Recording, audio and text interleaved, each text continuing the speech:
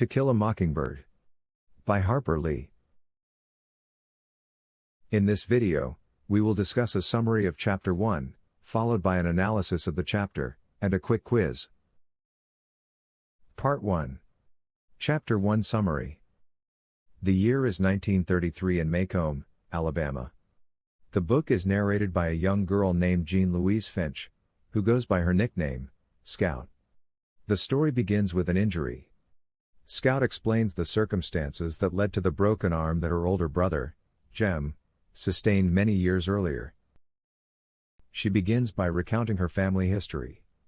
The first of her ancestors to come to America was a fur trader and apothecary, also known as a medical professional, named Simon Finch.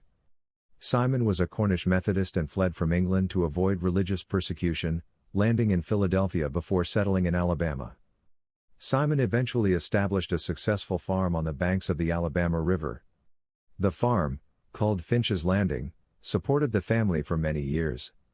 The first Finches to make a living away from the farm were Scout's father, Atticus Finch, who became a lawyer in the nearby town of Maycomb, Alabama.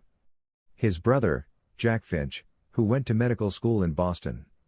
Their sister, Alexandra Finch, stayed behind to run the farm. A successful lawyer, Atticus makes a solid living in Maycomb, a tired, poor, old town in the grips of the Great Depression. He lives with Jem and Scout on Maycomb's main residential street. Their cook, an old black woman named Calpurnia, helps to raise the children and keep the house. Atticus's wife died when Scout was 2, so she does not remember her mother well. But Jem, 4 years older than Scout, has memories of their mother that sometimes make him unhappy. In the summer of 1933, when Jem is nearly 10 and Scout almost 6, a peculiar boy named Charles Baker Harris moves in next door. The boy, who calls himself Dill, stays for the summer with his aunt, Miss Rachel Haverford, who owns the house next to the Finches. Dill doesn't like to discuss his father's absence from his life, but he is otherwise a talkative and extremely intelligent boy who quickly becomes the Finch children's chief playmate. All summer, the three act out various stories that they have read. When they grow bored of this activity, Dill suggests that they attempt to lure Boo Radley, a mysterious neighbor, out of his house. Arthur Boo Radley lives in the rundown Radley place, and no one has seen him outside it in years. Scout recounts how, as a boy, Boo got in trouble with the law and his father imprisoned him in the house as punishment. He was not heard from until 15 years later, when he stabbed his father with a pair of scissors. Although people suggested that Boo was crazy, old Mr. Radley refused to have his son committed to an asylum. When the old man died, Boo's brother, Nathan, came to live in the house with Boo. Nevertheless, Boo continued to stay inside. Dill is fascinated by Boo and tries to convince the Finch children to help him lure this phantom of Maycomb outside. Eventually, he dares Jem to run over and touch the house. Jem does so, sprinting back hastily. There is no sign of movement at the Radley place, although Scout thinks that she sees a shutter move slightly, as if someone were peeking out. Chapter 1 Analysis. The story that constitutes almost the entirety of To Kill a Mockingbird is set in the time between Scout Finch's 5th and 9th birthdays, but Scout presumably commences the first-person narrative that opens the novel much later in her life. As a result, the narrative voice fluctuates between the child's point of view, chronicling the events as they happen, and the adult voice, looking back on her childhood many years later. The child's naive voice dominates the central plot, allowing the reader to make connections and understand events in a way that the young Scout does not. At the same time, the narrative often digresses into anecdotes or descriptions presented retrospectively, like Scout's depiction of Maycomb in the first chapter. Maycomb was an old town, but it was a tired old town when I first knew it. Somehow, it was hotter then. People moved slowly then. Here, Lee's language indicates an adult's recollection rather than a girl's experience. Structurally, To Kill a Mockingbird is circular. The story begins where it ends. The first line of the novel introduces Jem's broken arm, and the novel then flashes back to cover the events leading up to his accident. The narrator uses this device to provide background for the Finch family, introducing the legendary Simon Finch and his 3 descendants. But at this stage of the novel, the family history is treated as background information, of secondary importance to the private world of the young Finch children.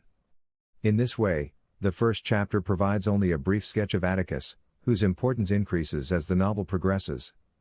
Jem and Scout are the center of the story, filling it with their world of imagination and superstition, centered on town myths such as the curious history of Boo Radley and imaginative diversions such as acting out stories from books. Dill dominates this early part of the novel. He is only a summer visitor, with no connection to Maycomb's adult world. As this adult world asserts itself later in the novel, Dill fades from the story.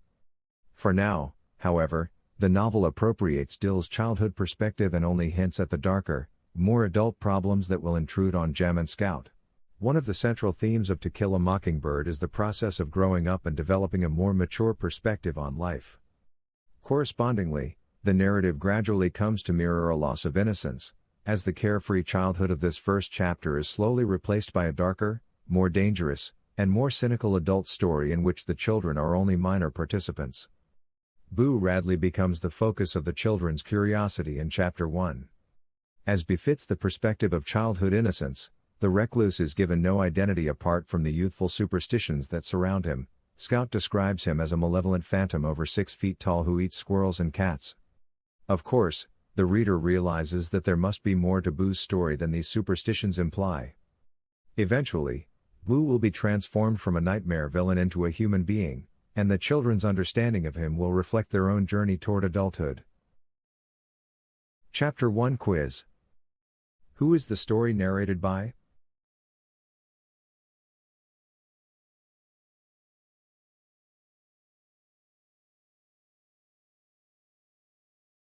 Jean-Louis Finch, aka Scout.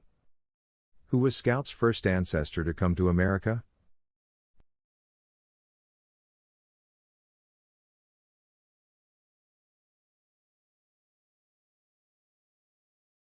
Simon Finch. What did Atticus Finch do as a profession?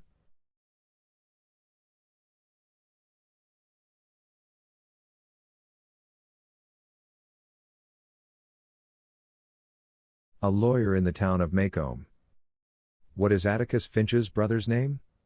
What is his sister's name?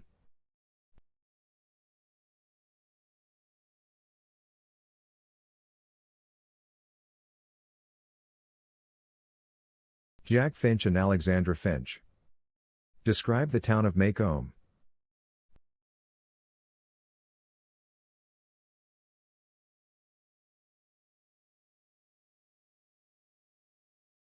Maycomb is a tired, poor, old town in the grips of the Great Depression. Who is Calpurnia?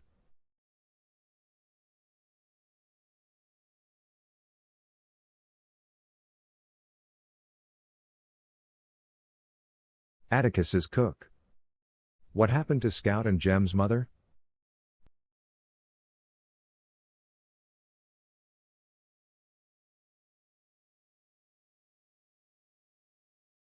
She died when Scout was 2 and Jem was 6. Who moves in next door when Scout is almost 6?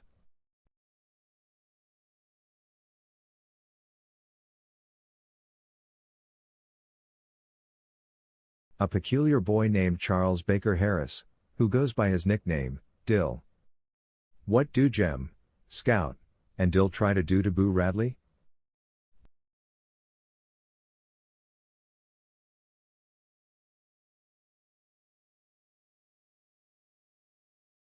Lure him out of his house. Why does Boo never come out of his house?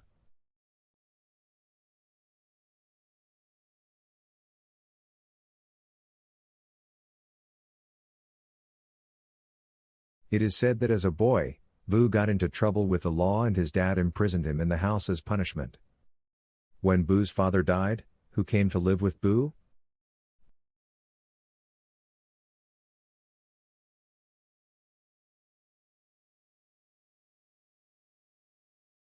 Boo's brother Nathan. If this video helped you, don't forget to give it a like, comment, and subscribe for more helpful content.